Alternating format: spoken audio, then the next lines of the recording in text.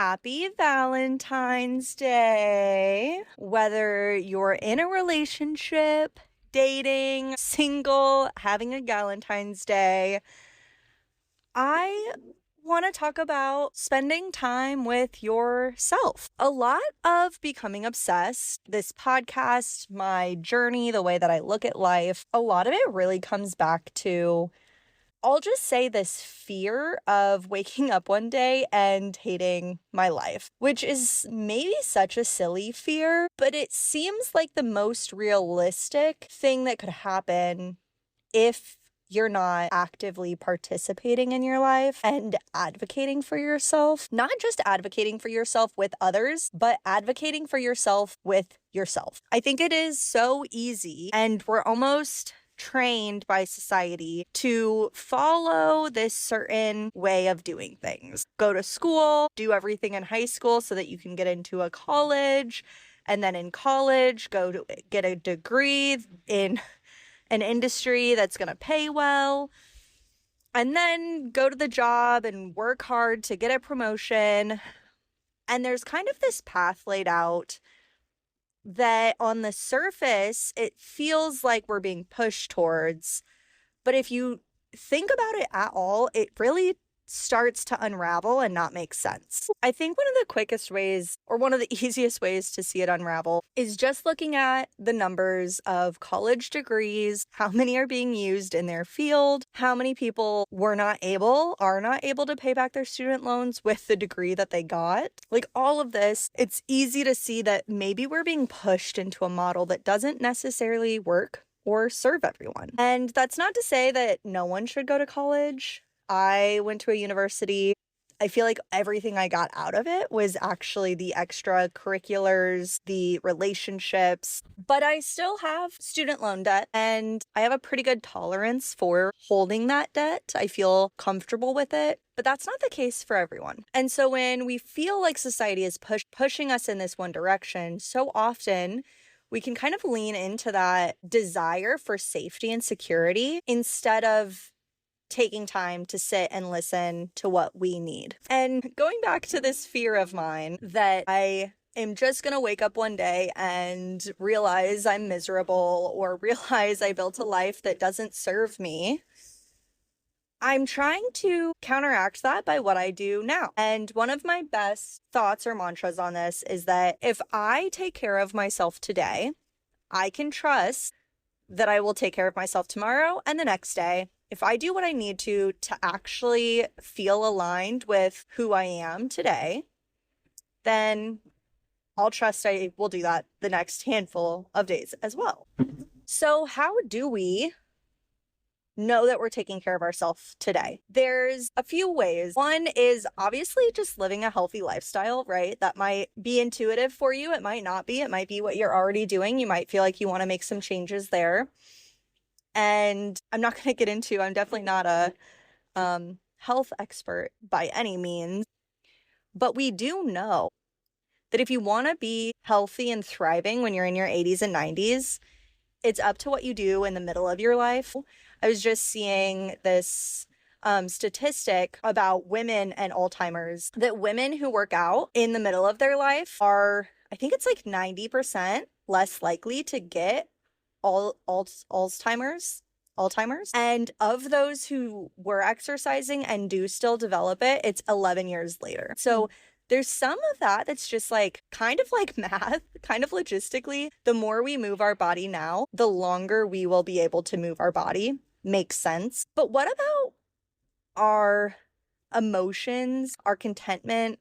I'll even say just like our happiness. How do you know you're going to wake up and not be miserable one day? I think in a lot of ways it comes down to knowing yourself today, listening to what you need today, and not putting it off, building that trust with yourself. I told this story on Instagram, but about a month ago, the weather was not great in Omaha. It had been really cold, and there was this one day that was kind of sunny. It was nice out. And I often go hiking with my partner. We go walking almost every day. But on this particular day, I just knew I needed some solitude. I just needed to go do something by myself, for myself. And I just had this thought and this feeling that I need to go hiking. I want to go hiking. I want to go hiking by myself. I want to get outside. And so I went hiking. I went to my favorite spot by myself. And when I got out there, I realized it was super muddy. It was so muddy. And the first half of the hike, I was like, yes, I listened to myself. I did exactly what I needed.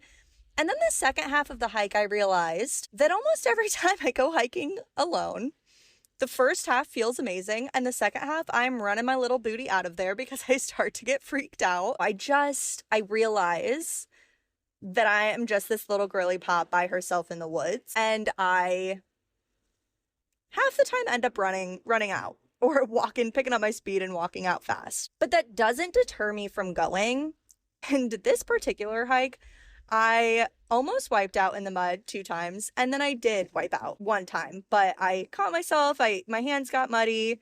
That was about it. Wasn't a huge deal, but even though this wasn't the most opportune hike, I was so happy I went on it because I just knew that even if it was the worst hike I'd ever been on, I had built confidence and trust with myself because I did what I felt I needed to do. And that has nothing to do with if it's a good hike or a bad hike or the right decision or the wrong decision.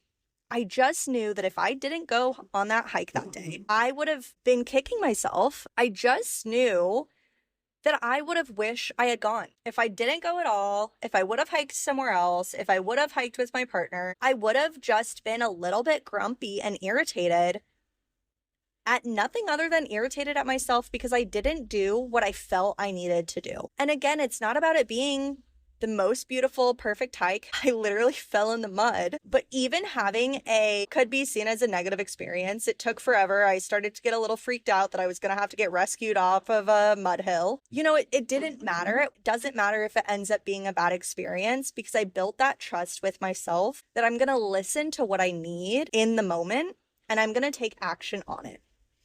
And I don't say this to be like every time I feel like I need something, I do it. That's not necessarily like the case. I'm not perfect at this by any means. But again, it's just taking those little moments to listen and figure out what do you need? Why do you need it? And the reason I bring up this particular example is because what I needed was some solitude. And the solitude is the number one thing I think will help you to make sure that you are living a life that today, tomorrow, and when you're 90 years old is going to feel good to you. It is so easy. We've been talking a lot about what you consume. It is so easy to stay distracted.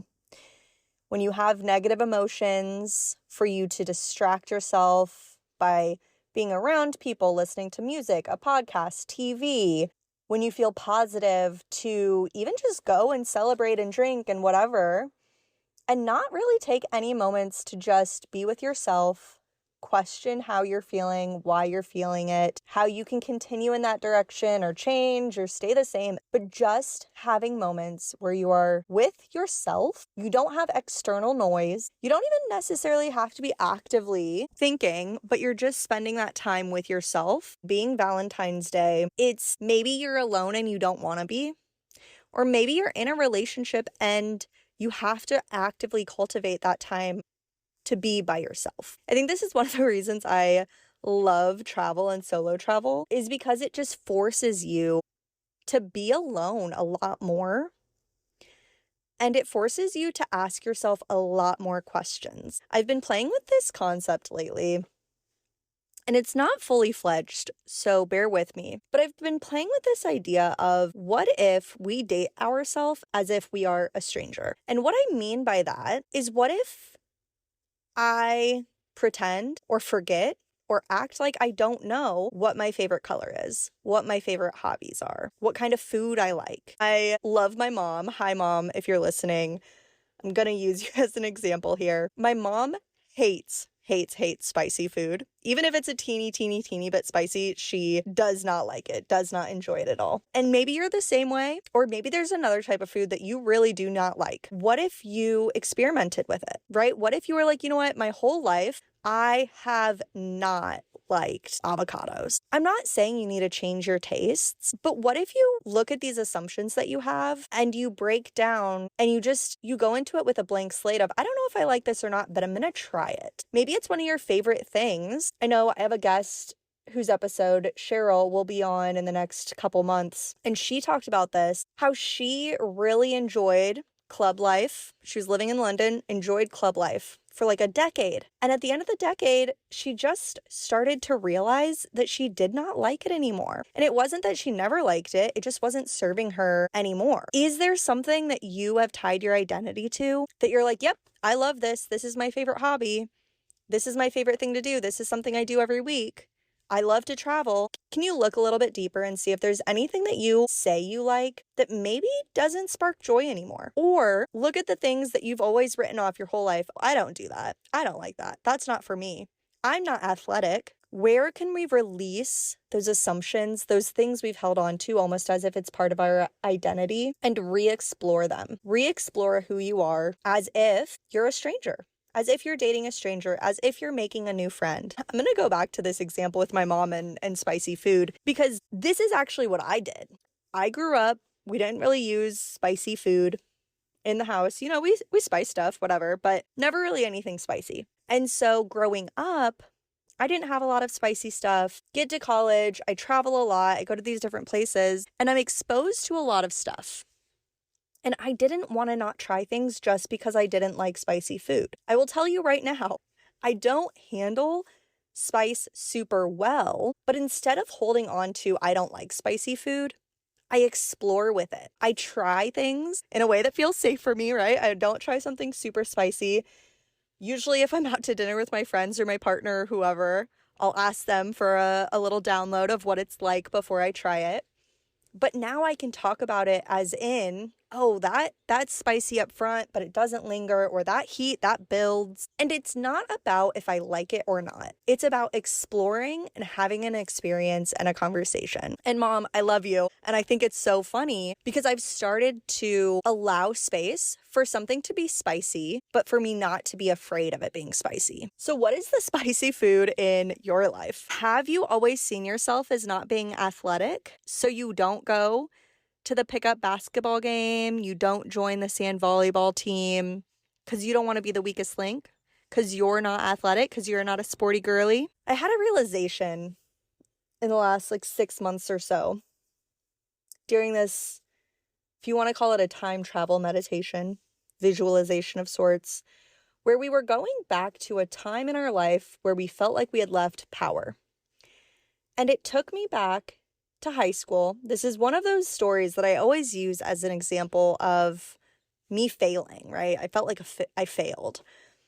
And there's another part of this story. So when I was a junior in high school, every single person from JV made varsity except for me. I was the only junior who was on the JV squad when all my friends were on the varsity squad. And our advisor said to me that she kept me on JV because they needed a coach. They had a varsity coach. They needed someone to coach, to oversee, to help the JV squad, to help the incoming girls. And I took that, and I've held on to this concept for 10, 15, however long years, that I'm better as a coach than a player. That I'm better at critiquing and complimenting and helping people who are actual athletes, who are actual business owners, that I'm better at coaching than I am playing. I'm better at helping somebody else do it than doing it myself. I internalized that as part of my identity without realizing where that came from and without questioning if it was true or not. I was never the fastest on my sports teams. And because I believed that, I was never the fastest, right? I was never the best athlete. There's so many of these things, our likes, our dislikes, what we believe about ourselves, that shape the way that we live life. And a lot of them serve us, right? Not liking spicy food, you're not going to have stomach problems about that. But they can also hold us back from finding things that we really like. There's a quote I heard once that fear and love are kind of go together. And if you're afraid of something, your biggest joy, your biggest passion might be on the other side, because it's a lot easier to transfer hate into love or love into hate than it is you don't care about something at all and now you care about it. I don't know where the research is on that. I don't know how true it is, but I think that idea can still serve us in our life. Where do we have strong feelings, strong stances, and do those serve us anymore? Or is it something that we took on 10, 20 years ago and never took off? So how do I today make sure that I'm building a life that I love in 50 years? The number one thing I can think of is that I'm actively spending time with myself. I'm actively questioning, not to the point where I have to have an answer before I do anything. But if I am not doing something because of this certain identity I have, can I deconstruct that? I don't have the answers for you and what you'll need to deconstruct. I don't know if it's a new hobby you want, that you want to travel, that you used to be strong and tough and you don't want to be anymore. That's another one that speaks to me, y'all. My whole life, I thought I had to be so strong and so tough and so brave. And in the last handful of years, I've held space to take those identities off, to be soft. I've taken those identities off. I've allowed space to be soft, to be in a state of flow instead of a state of strength, to be cared for instead of doing it all myself. And it's not that you are fully one or fully the other. How can we be a multitude at one time? So I mentioned this isn't a full thought out exercise here. I don't have the ABCs of how to do this yet, but this is what I'm going to play with, and I'll bring you the answers when I find them. I'm going to start dating myself as if I was a stranger, hanging out with myself as if I'm hanging out with a new friend. How can I cultivate I don't want to call it even alone time. It's this idea. Jay Shetty, in his book, The 7 Rules of Love, I think it is, talks about the relationship with yourself and solitude. That's really, I think, where this started coming together for me. So maybe go read his book. Maybe I'll go back and read those chapters and I'll have these answers for you of how we can actively do this in our life. I know he has some really great journal prompts in there. So maybe I'll go back and revisit that. But I want to cultivate more time where I am alone, not listening to music, not distracted, not channeling a podcast or trash TV, but I'm just fostering the relationship I have with myself by having time with myself, by noticing what comes up, what thoughts I have, and questioning if I feel connected to them anymore. Questioning if they're serving me anymore. Questioning if there's something that I've always wanted to try or just started to want to try. And sometimes it's because it really is going to serve you. And sometimes it's because you're interested because somebody else has been doing it and you try it and you realize you don't like it. There really isn't a right answer here. There really isn't one way. But by exploring and taking some of your long-held identities off and trying new ones on, we can stay in tune with who we are and what we need today.